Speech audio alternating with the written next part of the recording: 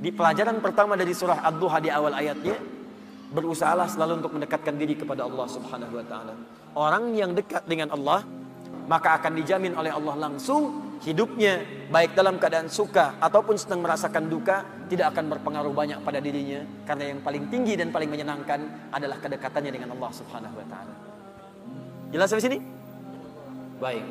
Jadi kalau dia sedang kaya, tahajud jalan, karena yang dirindukan tahajudnya.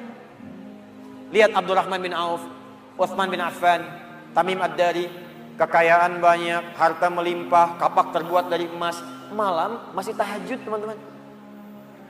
Masih sempat baca Al-Quran. Utsman tuh sampai jadi presiden masih punya waktu untuk khataman Quran. Kan Utsman radhiyallahu ta'ala anhu waktu terbunuh kan sedang baca Al-Quran. Masih puasa, saat itu sedang puasa. Anda bayangkan nikmatnya dekat dengan Allah, walaupun jabatan tinggi, yang terasa nikmat itu saat sedang beribadah kepada Allah, saat tahajudnya, itu yang dinanti.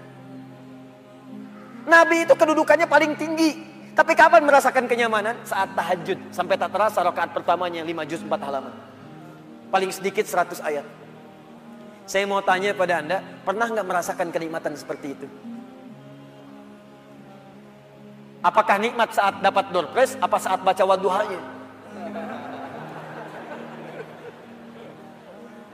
Ayo coba rasakan, sampai hadir situasi itu. Sampai enak, tahajud tuh diburu gitu. Bukan karena IPK-nya dapat 4. Bukan karena dapat proyek besar.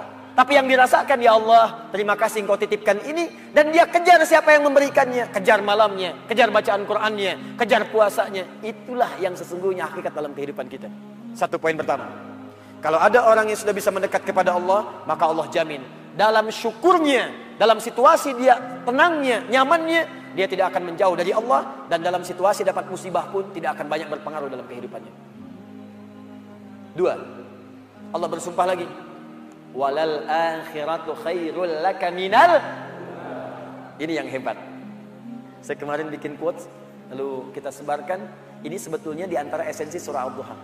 Kata Allah, Muhammad, saya bersumpah kepadamu, yakinkan pada jiwamu, nanti saat kamu ke akhirat, suasananya akan lebih enak dibandingkan dengan sekarang.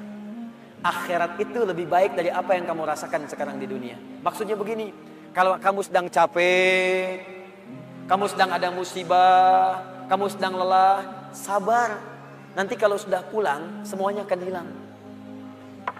Memang dunia itu tempat capek, karena memang tempat beramal. Sholat di dunia, kerja di dunia, puasa di dunia, baca Quran di dunia. Kenapa kita kerjakan? Supaya cari bekal untuk pulang ke akhirat. Nanti kata Allah kalau sudah pulang semuanya akan hilang. Jadi tenang aja teman-teman. Capek cuma sebentar. Ya, capek cuma sebentar. Lelah, gak apa-apa. Namanya juga dunia. Dunia itu memang tempat capek. Kalau nggak mau capek, ya pulang. Dunia itu tempat capek. Dan kita memilih untuk hidup. Maka jalani itu, nikmati saja, kerjakan aja. Setiap kerja ada pahala, setiap kerja ada pahala, setiap sholat pahala, baca Quran pahala, niat mencari nafkah karena Allah pahala, merawat anak pahala, memberikan ASI pahala. Gak apa-apa, memang capek. Memang ya dunia sifatnya capek. Setiap tahapan tuh capek lagi, biasa. Supaya dapat bekal. Bukankah orang kerja dapat gaji? Dan enak kan kalau gajian? Dan kalau sudah dapat gaji, lupa kan 29 hari ke belakang? Anda itu bekerja, kerja, berangkat gelap, pulang gelap. Tapi kalau sudah dapat gaji, semua itu kan hilang lupanya.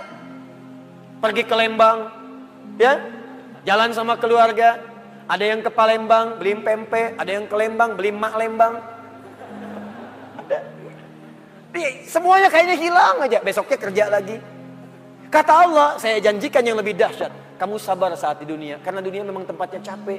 Kamu cari bekal aja. Nanti saat pulang ke akhirat, saya berikan yang lebih indah dan gak akan pernah ada capek lagi.